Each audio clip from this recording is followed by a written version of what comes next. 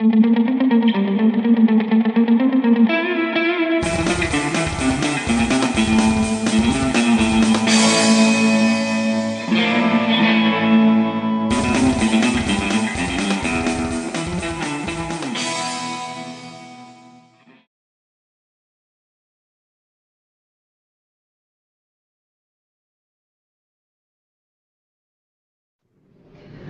everybody and welcome to the National Aquarium. My name is Heather and we are here as part of Discovery Channel's Shark Week Hangout.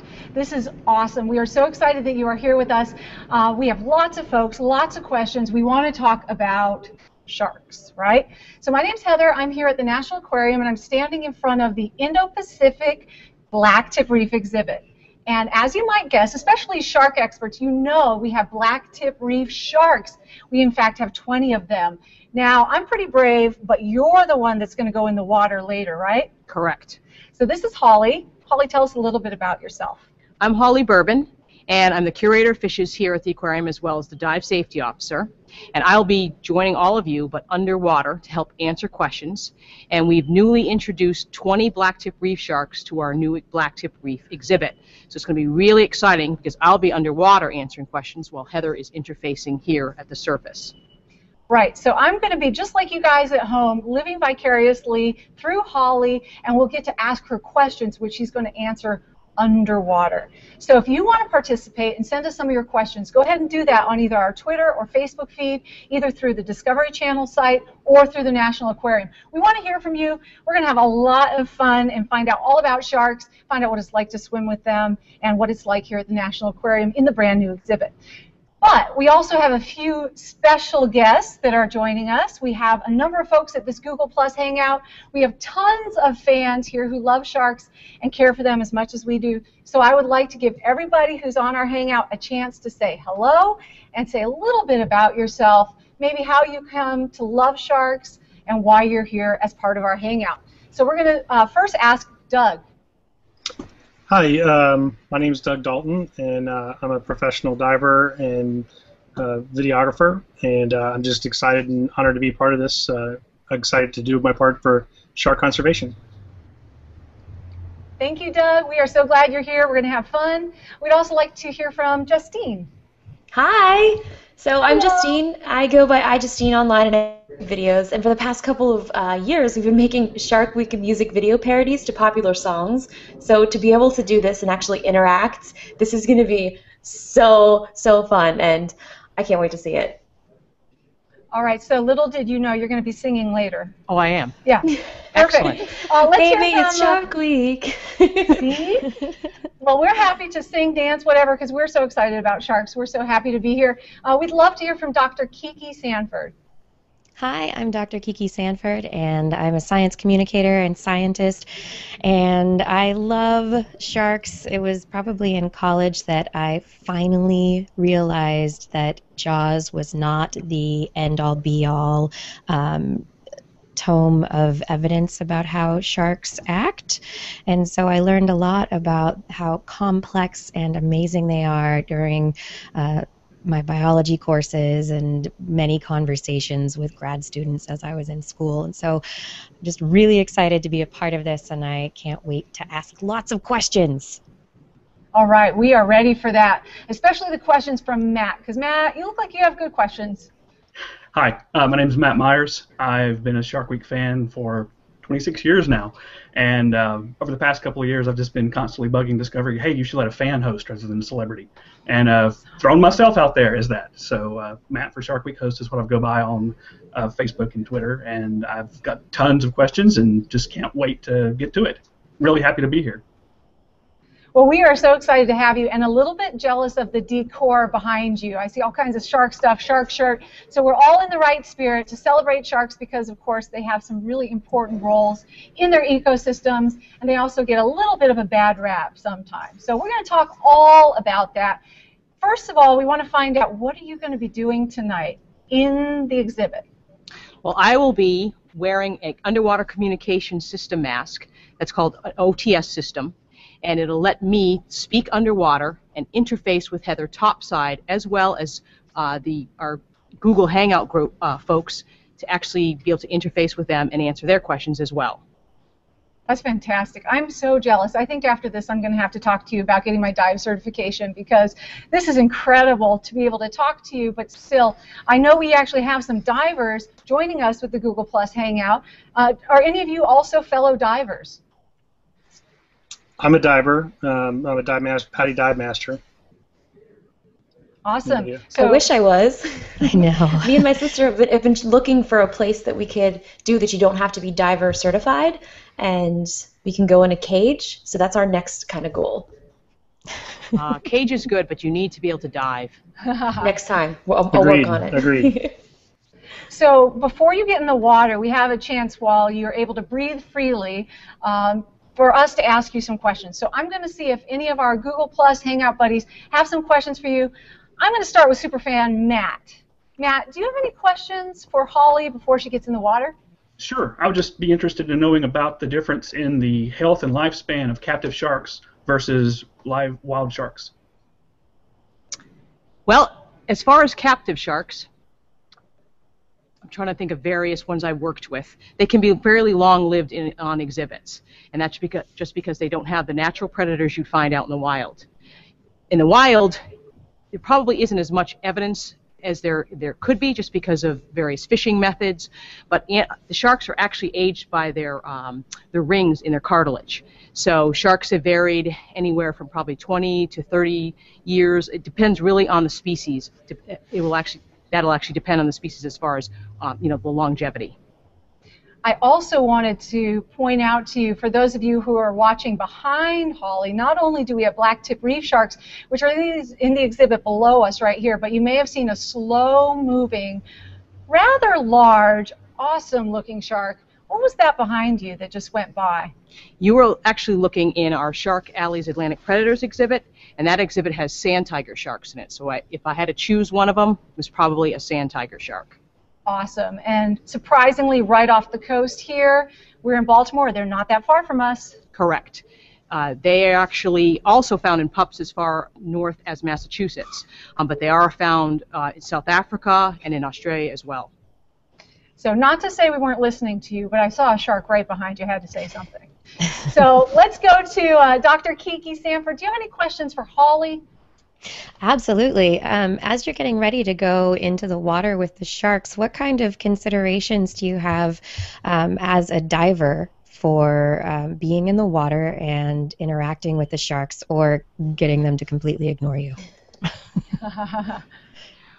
Well, it's a little hard to get them to completely ignore me, just because will be wearing a mask that's a little bit noisier as far as the breathing ability than, say, a rebreather, which has no bubbles, or regular scuba, that's a little bit quieter. But entering the water quietly, trying not to make a lot of splashing noises, trying to make sure my movements are fluid, that will definitely all help so that the sharks notice me less. But really, sharks are loaded with senses. So even if I am to go in there as quietly as possible, they still know about my presence. Yeah. So that's really fascinating. You said that they have really heightened senses. So is it eyesight? Is it smell? Is it electrical currents?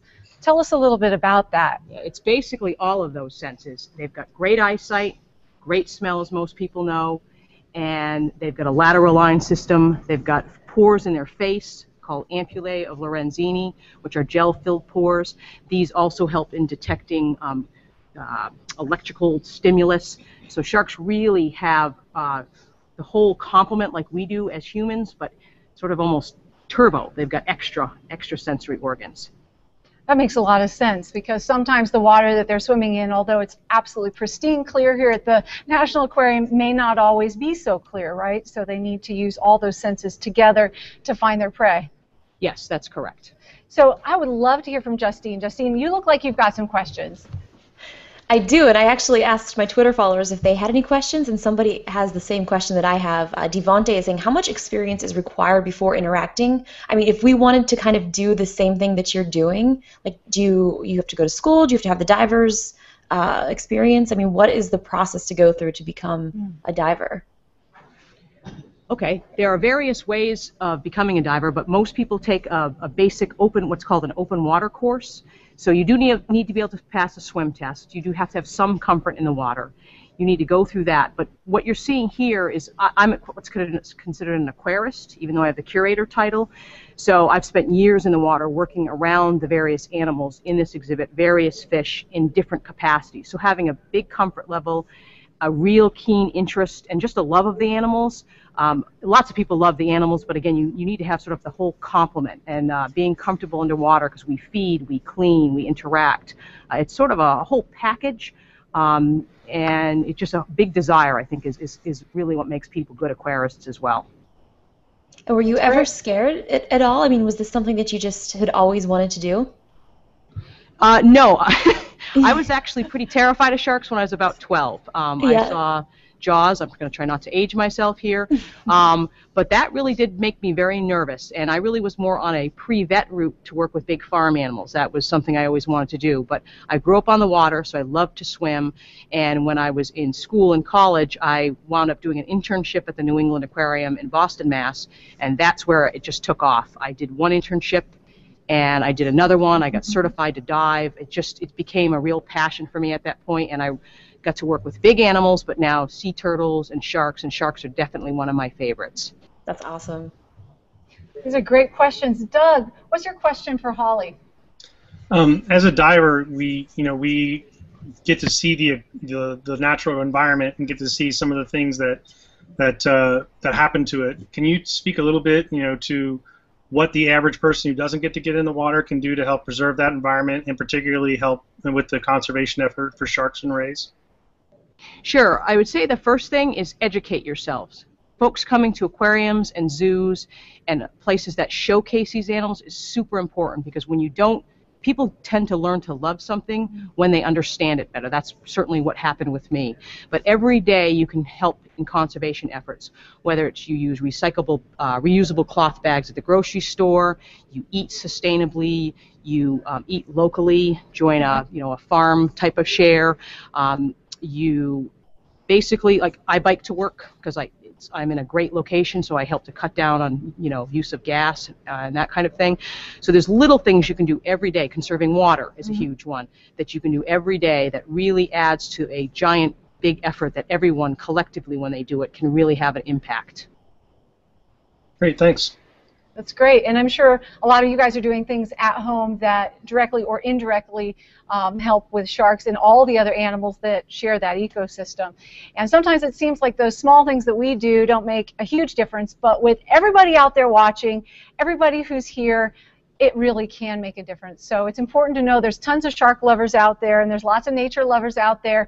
Even the little kids that come to the aquarium are doing things to help out. So by spreading that word, it's worth it, right?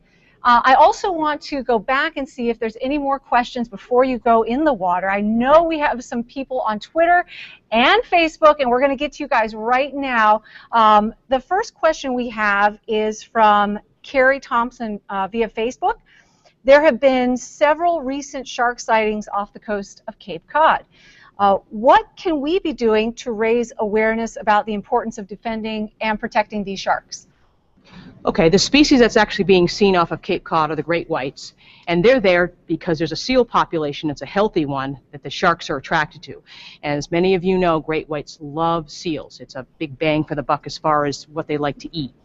What I'd say for starters is don't get caught up in the hysteria. Learn a little bit more. Talk to family and friends about it. All those conservation messages we just mentioned to you are all really important. You can help spread that information. When you're swimming or when you're going to the beach, be smart about what you do. Don't swim alone. Don't swim after dusk. Don't swim in an area where you may see a lot of bait fish being worked or birds around. It's just being a really smart beachgoer, understanding the environment you're going into. It's really their environment. I consider it not mine, even though I get the privilege of diving with them. So just be smart about it and educate yourself once again. That's great. We have an exciting opportunity, invitation. Do you want to go swimming with sharks? Yes. I thought you would say that. All right, well, you're going to get ready to go in. At the same time, me and our buddies on the Google Plus Hangout are going to keep talking and chatting for a little bit, but we will see you in the underwater. Okay. Thank you. Thanks, Holly.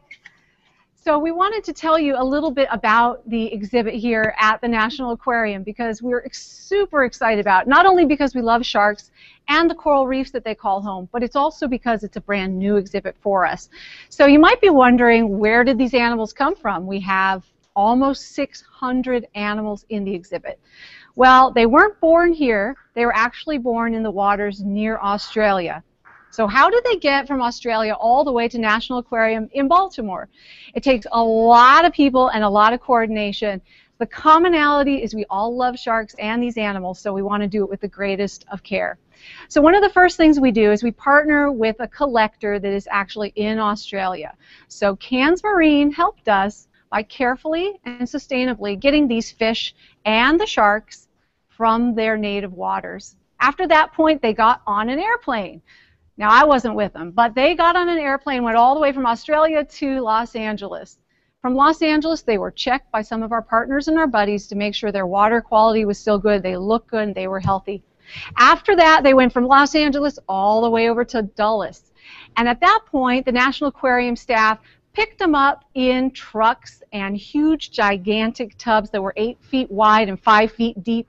Just huge, because when you hear about all the animals that are going into this exhibit, especially some of the really big rays, you'll know it's taking us a lot of effort and a lot of planning to get them in. So finally, they get here to Baltimore. Then what happens? Well, the exhibit's still under construction, but even if the exhibit was right, we wouldn't be putting the animals directly in, and I'm sure you can guess why. That's because we want to check them out once they get here too. So quarantine, which sounds kind of serious, is actually a really good thing for the animals. It allows us to test them, to look at them medically, to give them ultrasounds, do blood work, make sure they are totally healthy before they go in and share the exhibit with their friends. And speaking of their friends, we also need to make sure that they get along with each other. So the animals that were going to share the exhibit actually got to know each other far long before they went into this exhibit. And then there's the divers. You guys may be already hearing the sound of Holly's dive comm system. She's getting into place right now. Sharks in the wild may never have heard that sound before. So we always have to acclimate and desensitize them to things like divers swimming in the exhibit 2 times a day. So I see Holly's getting into position. In just a few minutes, she'll be able to talk to us. So keep those questions coming through Twitter and Facebook, hashtag Shark Week Hangout, because we want to hear from you, and we're going to ask her some of these questions. So once the sharks are used to people, they're used to their buddies, and they're healthy, they get a clean bill of health, then we can introduce them into the exhibit. And we do that very carefully over weeks and weeks and weeks. And the smallest fish go in first. I bet my Google Plus people can guess, why do the smallest fish go in first? Doug, do you have any ideas? Probably to help create the ecosystem in the tank. That's right, exactly. So they need to know where their nooks and crannies are so that when the sharks come by, they have a home base. Now, our sharks are very well fed. We don't think they're going to snack on anybody, but we just like all of the animals to be very comfortable with their new surroundings. Now, I see Holly is in place, so we are going to open the floor to questions for her, and I'm going to go to Matt. Matt, Holly should be able to hear you. Do you have any questions? Holly, what can we do as a country to help with the finning issue that's been going on? I believe you asked about the finning issue? Yes. And what people can do to help, is that correct? Yes, correct. Yes. Okay. Well, folks can actually help support legislation. Obviously, you also don't want to actually purchase shark fin soup if you see it on a menu. And I'll take it a step further and say you don't want to really purchase shark products in general. Those are great suggestions. And a good question, Matt. Dr. Kiki Sanford, question from you? Yeah, I'm loving the exhibit and wondering how the black-tip reef shark fits into the ecosystem of the exhibit. Well, on this exhibit, like they would in a real reef system, they're at the top of the food chain. So they basically keep things in a check and balance situation. So they do help weed out sick and old animals. Obviously, here at the aquarium, we try to make sure we keep them satiated or full. We don't really want them weeding out the sick and the old, but that is a shark's normal job on a real reef system in the ocean. Thank you. And Justine, question from you. So black-tip reef sharks, I mean, how are they different than any other sharks? I mean, most sharks people think of are the great whites, so how are they different? These black-tip reef sharks differ than a great white in the obvious sense, and obviously size. But these black-tip reef sharks are much more of a coastal, inshore reef shark, whereas great whites really are more pelagic, offshore animals. Holly, I also, this is Heather, I saw someone swimming behind you, and that did not look like a shark. Is there someone in there with you? Yes, there is. If this is who you're referring to, I have another diver with me. She is my senior assistant dive safety officer, Jackie Cooper, who is also tending me or watching me. And if it's not Jackie, the other large animal we have in here is Calypso, our green sea turtle. That's true. They both have flippers, but this is the one with neoprene, so I think it's Jackie. Okay. I'm pretty sure. Doug, do you have any questions for Holly? Sure. So we have blacktip reef sharks. We have Calypso. What other animals will be in this exhibit besides the sharks and the turtle? There are a variety of teleos or bony fish. There's about 55 different species and over 500 fish in the exhibit. So Holly's got her hands full. It's a beautiful exhibit. It really takes your breath away. We are so excited to share it with you guys today. I'm going to take a question from our internet buddies. I've got a question about great whites. Longest time or amount of time we've kept a great white in an aquarium? The longest and most successful great whites have been kept at the Monterey Bay Aquarium. They've had several juvenile great whites in the past years. They catch them small, working with fishermen off of the aquarium coast area, bring them in. They actually have kept them in their Outer Bay exhibit or one of their other exhibits, and then they've actually released them and tagged them when they've gotten a bit too large for the exhibit. Yeah, that would be very cool to see. So we need a trip to California, it sounds like, right? Yes. Speaking of, just wondering, Matt, do you have any more questions for Holly? Since you're talking about the reef sharks, what is their natural habitat, and where do these come from in the aquarium now? These blacktip reef sharks came to us from Australia, and much like this reef is a replica of a inshore reef system, they also probably were caught in a similar type of scenario in a more shallow area off of Australia. Okay, thank you. Dr. Kiki, do you have a question? Yeah, obviously aquariums and exhibits like this, the importance is to educate people about sharks. And this one species, the blacktip reef shark, is just one example. Can you just talk briefly about how many species of sharks there are in the world, and how endangered are they? How much trouble are they in? There are over 400 known species of sharks, but there are new species being discovered. And can you repeat the second part of your question? Just wondering how much trouble they are in environmentally, how endangered different species are.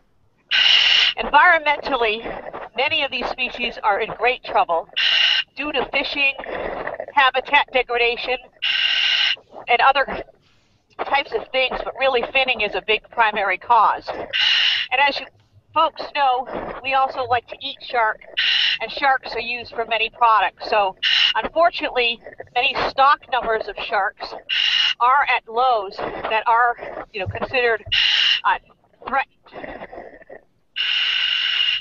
Thank you. And Justine, what's your question?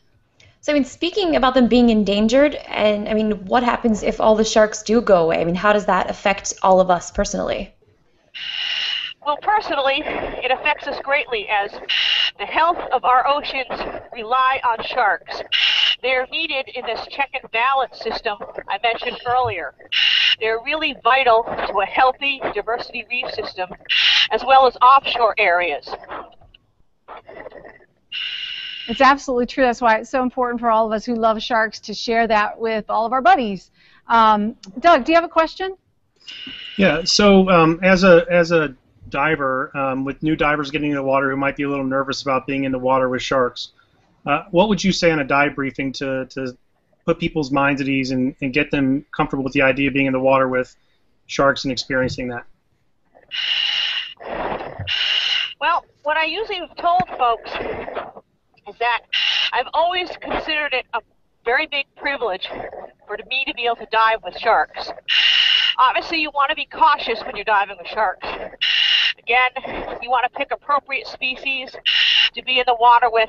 If there's any nervousness, then folks shouldn't dive with sharks. But again, you want to be a calm diver, be considerate, and really understand what you're getting into. If I was going to a new area, I'd really try to investigate the species I was diving with and go with somebody who knew the animals and the dive sites. Doug, going back to that, have you had a chance to dive with shark species? What's your favorite dive? In Hawaii, I have gotten the opportunity a couple of times to dive with white-tip reef sharks, and I've been in the water with tiger sharks, but they've always been right at the edge of the blue, so I haven't actually, I've seen them come by in the shadow, but not real close. That must be absolutely amazing. It is pretty amazing. We have a question from our friends on Twitter. Lindsay Densing wonders, do sharks sleep? Sharks, unlike you and I, don't really sleep the way, again, you and I do. They will have periods where they'll slow down and be in a resting mode. And then other sharks, like say a nurse shark, that's a bottom dweller, has strong muscles around their gills that help get the water flow over their gills, so they can actually sort of sit in a resting state. So the blacktip reef sharks that we have that are swimming in there with you, they have a social hierarchy. This question's coming from Evan Beatty through Twitter. How do they develop that social hierarchy? Well, it can be sort of an interesting setup where they can delineate by sex as well as size. And that helps them avoid aggression and also helps with their protection. So it's sort of like a social grouping, much like you would choose to hang out with friends that, obviously common interests. It can really be dependent, again, as I said, on the sex and the size of the animals. Thanks, and we have another question from Matt for Holly. We've all heard about bull sharks entering freshwater. Are there any other sharks that can enter freshwater rivers or brackish waters? Yes, if I understood the question correctly, bull sharks actually have the capability of actually being able to survive in freshwater. In fact, they've been known to go up freshwater rivers quite a distance. Any other sharks that have that capability? I'm sorry, could you repeat the question? Are there any other sharks other than bull sharks that have that capability? Off the top of my head, I'm not remembering. There may be. And we have a question from Dr. Kiki for you. Yeah, I have a question from one of my Twitter followers, Rodney Huff, who is interested in knowing when sharks like great white sharks attack their prey, we know that they hit them very hard. Do they ever incur damage from feeding? Yes, they can. Great whites like to hunt different species of seals, and as we know, seals, are very strong animals with sharp teeth. They do have claws, so they can inflict wounds, in fact, on sharks. And I guess that's also why they're so well adapted, so when they do go in for that strike, they help protect themselves. So now I'm wondering if Justine has any questions for Holly. I do. One from Mike on Twitter, and he's wondering what and how often are the exhibit sharks fed, and how does that compare to their eating habits in the wild? Our sharks here right now, and as I mentioned, they're very new to the exhibit, are offered food twice a day. Before 9 a.m., before we actually dive, because we surface feed them, and then after 4 p.m. In the wild, sharks will often have to tend to be more opportunistic. So, getting something that may be there at the time they're passing through. Whereas ours are obviously offered more of a routine time frame. Or like me, I eat all the time, day and night. So whatever shark does that, that's my favorite shark. Love it. Question for Doug. Do you have a question for Holly? Yeah, we spoke a little earlier about how many different shark species there are. Could you talk a little bit about the different roles, like, and how they might be bioadapted to certain foods or regions? Yes. As I mentioned earlier, these sharks we have here, the black tips, are more of an obligate ram ventilator, so they really need to keep moving to breathe. Depending on a shark's diet, its teeth really give you a story of what it eats. They can be shorter, more of a shorter type of tooth, or say some sharks almost have like a setup of teeth that is more of a fork and knife, so they can grasp something and then saw away in it. Say a bottom-dwelling shark, like a carpet shark, they have more of a grinding tooth. So depending on its habitat and the food that's available, will really determine what the shark's teeth can look like. And Holly, you did talk about the obligate ram ventilators, which is just the craziest thing to say. Obligate ram ventilator, obligate. It's hard to say. But what about those sharks that don't do that, that don't have to keep swimming? How does that work? Like the nurse shark, which has a spiracle, basically they have muscles around their gills that actually help to bring the water in across their gills for breathing.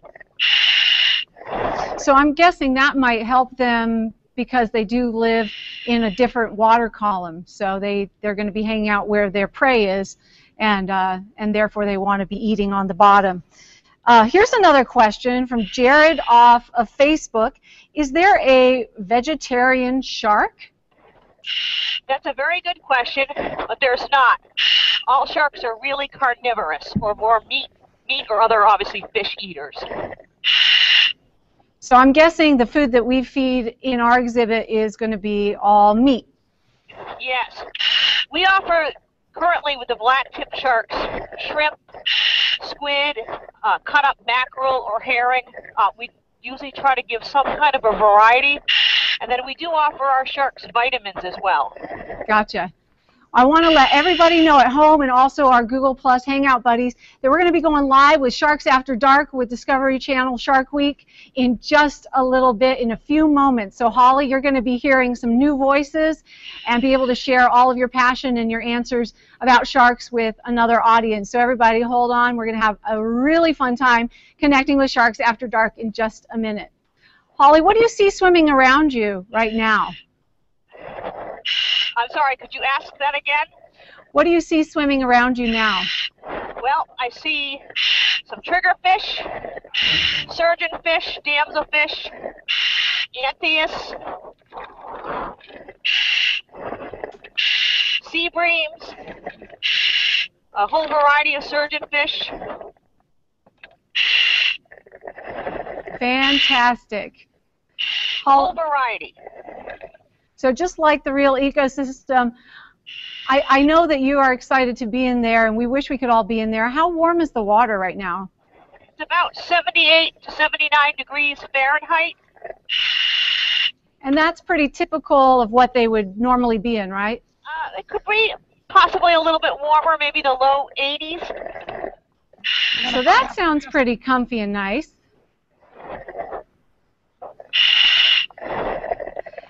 So I'm just wondering, how long have you been diving, Holly?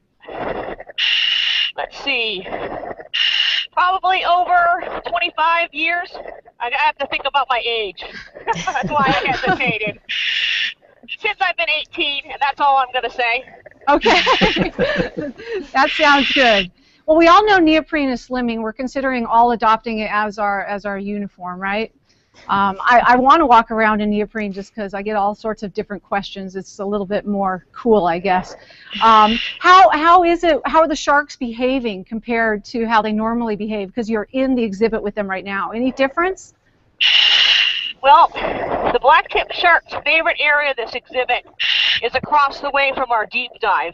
So it's a shallow area that's sort of a crushed media at the bottom, and it's a flatter zone where they can sort of cruise.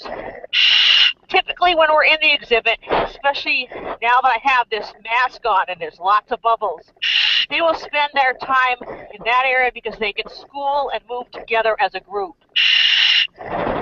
So that's somewhat unusual that they are schooling. Can you tell us a little bit about how they're socially different than some other sharks? Yes. Some sharks will travel solitary or alone. These sharks really do like to spend time together as a social group, where you can have, say, the larger of the group will actually be sort of in the lead. In fact, I was walking around earlier, trying to get used to sort of seeing sort of the dynamics of our group. And with time, we'll obviously hope to learn more about each of the individuals. So I have a question for all of our Google Plus Hangout buddies. Does anybody have a favorite shark? Now that's pretty hard to choose because there's over 400 species and probably species we don't even know about yet. But I'm just curious. I want to go to Doug. Do you have a favorite? I have two favorites, actually. I think the wobegon is like the craziest looking shark you've ever seen before, so I think it's just really interesting to look at. And the thresher shark, which is pretty amazing because of the way it hunts. It basically has this incredibly long tail that it knocks fish silly with and then comes back and eats them. So I think those are two pretty cool, interesting adaptations. Fantastic. How about you, Justine? Any favorites? I'm going to have to go with that great white shark. Yeah. And how about you, Dr. Kiki? The hammerhead. I love hammerhead sharks. I think they're just fascinating about how they tend to congregate around seamounts out in the ocean, and how their eyes are very far apart, and how that affects the way that they behave and how they act. I think that they're just fascinating. That's awesome. They are fascinating. Their senses are really heightened. Something about their nostrils. Do you know anything about that, Dr. Kiki, with their nostrils being spread out and that helps them? Not much about it, just that it does that because they're spread out, it allows them to get more of a range of sense so they can figure out more accurately where things are in their environment. Awesome. So, Matt, what about you? Favorites? Doug stole mine, the thresher shark. I love the tail, and I love also how they breach. Not just great whites are the only ones that breach, but the thresher sharks do as well. Now that's something I haven't seen on film yet. So I got to get on YouTube. I got to get on Shark Week and find a picture of that because that sounds amazing. They are. So we have some more time for questions. I'm going to go to one of our buddies coming through Twitter, Holly. How big can whale sharks get, and how many species have we discovered of sharks? I think we know that. I believe your first question was, how big do whale sharks get? Is that correct? That's right. I want to say between 50 to 60 feet. They are the largest species of shark. And I believe your second part of the question was how many species? And as we mentioned earlier, there are over 400 known species of sharks. That's right. Doug, you're a shark lover. What questions do you have for Holly? I'm interested in the husbandry of the aquarium. Can you talk a little bit about the mechanics and everything that goes into keeping the animals alive and in great shape? Well, here at the aquarium, many aquariums, we have a fairly large department of various people in our what's called our biological programs group. So we have animal health. The group that I'm in charge of is the fishes department. So that's comprised of aquarists and divers, often one and the same. Life Support, who does a tremendous amount of work with our water quality. You know, before this habitat became this habitat, our exhibits and design folks obviously had a play in creating all of this coral. But there are different groups, like I said, whether it's life support, fishes, animal health, water quality, that all take part in maintaining this whole ecosystem. Thanks. It takes a lot of us, and Holly, we want you to come back up if you don't mind and join us topside so we can ask you a few more questions and hear what it was like down there. So come on up. In the meantime, I'm curious for all of our Google Plus Hangout folks, what was it that inspired you? We know you have some favorite sharks, but what really inspired you to be so attracted and fascinated by them? We'll start with Matt. When I was small, 4 or 5 years old, we went to the beach, and we were told to get out of the water. There was a shark watch. And, you know, you could see that little fin way out in the distance, and I'm thinking, why? I mean, it's way out there. So go back home and just tried to learn everything I could about sharks, you know, being 5 years old, begging my parents to take me to the library and just reading and reading and reading. And that just grew from there. And then Jaws came out, saw it. You know, actually I was cheering for the shark. Sorry, Roy. And it just has grown since there. And then, you know, Discovery Channel, Shark Week, 26 years ago, every summer. It happens, you know, usually during and around my birthday, so it's like the best birthday present ever. I got a week of nothing but sharks. That's fantastic, and I bet you're not shy. Have you ever had a shark-themed birthday party other than Shark Week? You have. Awesome. Yes. So, Dr. Kiki, how did sharks first touch you, inspire you? Well, I mentioned at the beginning of the show that, of course, Jaws was something that was one of my first experiences, and it wasn't until college, really, that I realized that there's so much more to sharks than them being scary and being these crazy carnivorous beasts. And I had the grad school gave me the amazing opportunity to be able to meet with shark experts and enthusiasts, fellow grad students and professors who knew a lot about sharks and could actually talk about them and give information that wasn't available anywhere else. And so that's really where I got really interested. That's where you caught the bug. I caught the bug, yeah. Or the fin, I guess we would say. How about you, Justine? I mean, I've always loved animals and sea life in general. So, I mean, every year my family would always go on vacation, and we would always go to the aquarium, and we'd always be like at the beach. So, just seeing the sea life and just really, learning more about sharks. And honestly, I think that the Discovery Week or the Shark Week has really helped that. I mean, for me and I think everyone else. And my favorite thing on Shark Week is the constant slow-mo sharks. So I think everybody can probably agree with that, but it's just the coolest thing. Absolutely. And how about you, Doug? What happened? I in grade school and high school, I was kind of like a mixed biology, science, and arts geek, and so I got really into drawing sharks because the symmetry of the animals and the diversity is really cool. So I just remember drawing tons and tons and tons of sharks in my notebooks and wherever. So that was where it first started for me, and then I started reading, and then later became a diver, and it all kind of came together. That's fantastic. So we all kind of got the bug, got the addiction to sharks early on. Speaking of someone who loves sharks, I'm going to welcome Holly back. How was that? Awesome. I'm so jealous. I just got to stand next to you and get that shark. That experience, the vibe. It's got to be amazing. So we're going to ask our fans out there what questions you have, what it was like. So we'll start with Matt. I'm just so jealous. I mean, I really don't even have a question for you right now. Question from Twitter that keeps popping up. What's the smallest shark species? The dwarf lantern shark. And those glow, right? Yeah, about 7-8 inches in length. Okay. So that's a shark that could fit in your purse. That's crazy. So actually a lot of sharks are much smaller than people. 80% of them are smaller than we are. So that's pretty neat to know. A lot of people don't know that they are wide in variety of shape, size, feeding strategies, what they like to eat, where they live. Correct. Question from Dr. Kiki for Holly.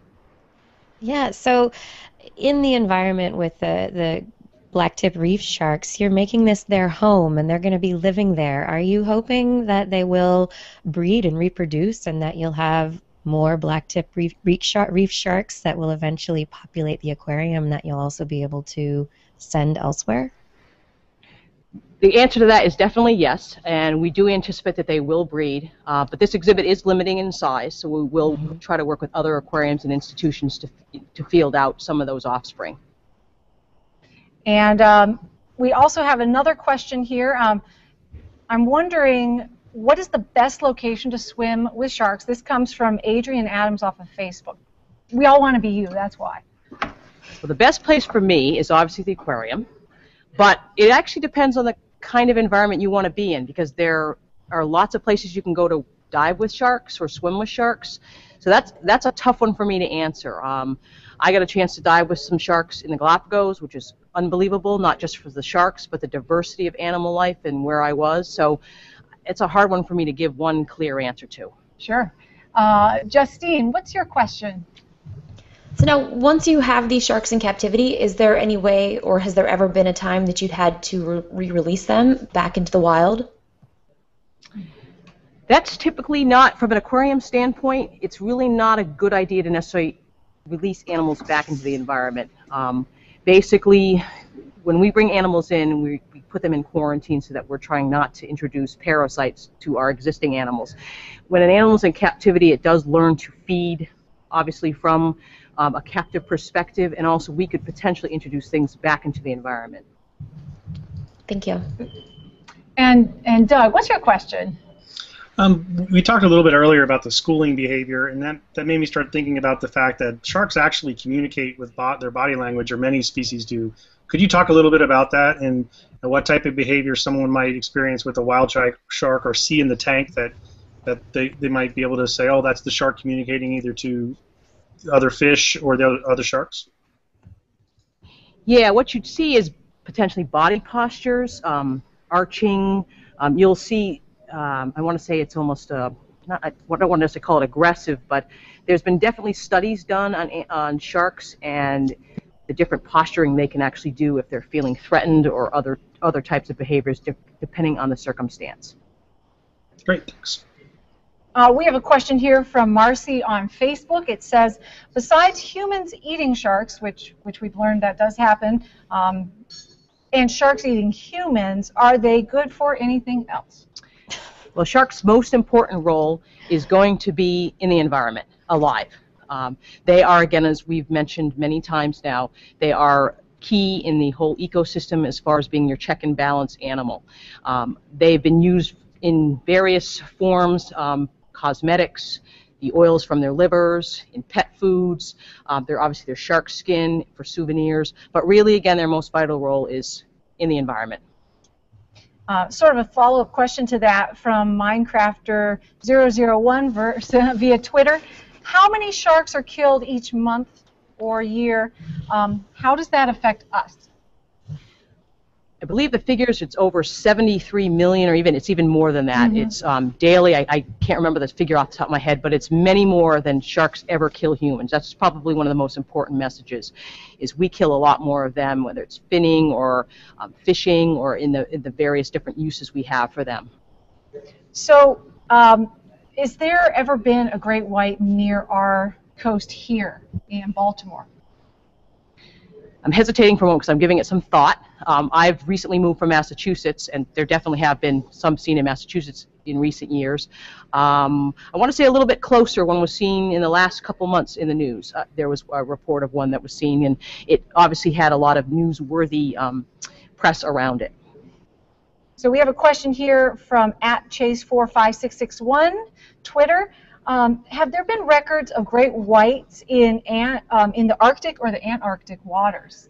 Not that I know of. That would definitely be a rare event for these animals. That is a bit outside of their range. They are circumglobal.